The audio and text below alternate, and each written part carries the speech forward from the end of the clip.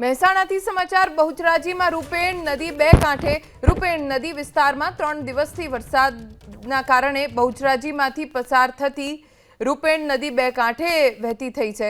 રૂપેણ નદીમાં નવા નીર આવતા ગ્રામજનો ખુશ છે। દેલવાડા સાપાવાડા ગામના લોકો નદી જોવા માટે પહોંચ્યા। બહુચરાજીમાંથી પસાર થતી રૂપેણ નદી જે બે કાંઠે વહેતી થતા આસપાસના ગામના લોકો ખુશખુશાલ જોવા મળ્યા। દેલવાડા સાપાવાડા ગામના લોકો નદીના વહેણને જોવા માટે પહોંચ્યા। મહેસાણાના બહુચરાજીમાં 2 દિવસ અવિરત વરસાદ વરસ્યો, જેના કારણે નદીમાં પાણીની ભરપૂર આવક થઈ છે, જે આસપાસના સ્થાનિકોના કામમાં આવશે।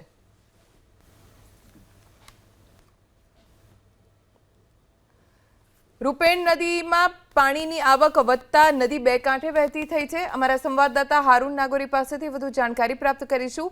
હારૂન, રૂપેણ નદી બે કાંઠે વહેતી થઈ છે, આસપાસના ગ્રામ્ય વિસ્તારના લોકોને કેટલો ફાયદો? અમારા સંવાદદાતાનો સંપર્ક સાધવાનો પ્રયત્ન કરીશું, પણ રૂપેણ નદીમાં પાણીની આવક વધતા ગામના લોકો ખુશખુશાલ જોવા મળ્યા। અમારા સંવાદદાતા હારૂન નાગોરી ફરીથી જોડાઈ ગયા છે। હારૂન, રૂપેણ નદીમાં પાણીની આવક વધી છે, આસપાસના ગ્રામ્ય વિસ્તારને તેનો કેટલો ફાયદો? મહેસાણાના બહુચરાજી વિસ્તારમાં પસાર થતી રૂપેણ નદીની અંદર પાણીની આવક લગાતાર વધી રહી છે, કારણ કે રૂપેણ નદીના ચેકમેટીને વરસાદ થયો છે। વરસાદના કારણે રૂપેણ નદી બે કાંઠે વહી રહી છે।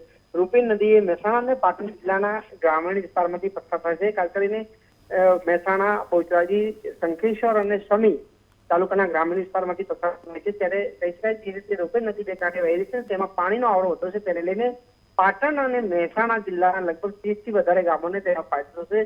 ખેડૂતોને સિંચાઈ માટે પાણી મળશે, તેમજ પશુઓને પીવાનું પાણી પૂરું થશે, કારણ કે જે રીતે રૂપેણ નદી એ મહેસાણા તરફથી નીકળીને દરિયામાં મળે છે, ત્યારે મહેસાણા અને પાટણ બંને જિલ્લાના 30 થી વધારે ગામોને તેનો લાભ મળશે।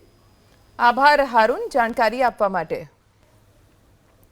તો નદી વિસ્તારમાં 3 દિવસથી વરસાદ વરસી રહ્યો છે, જેના પરિણામે નદીમાં પાણીની આવક વધી છે।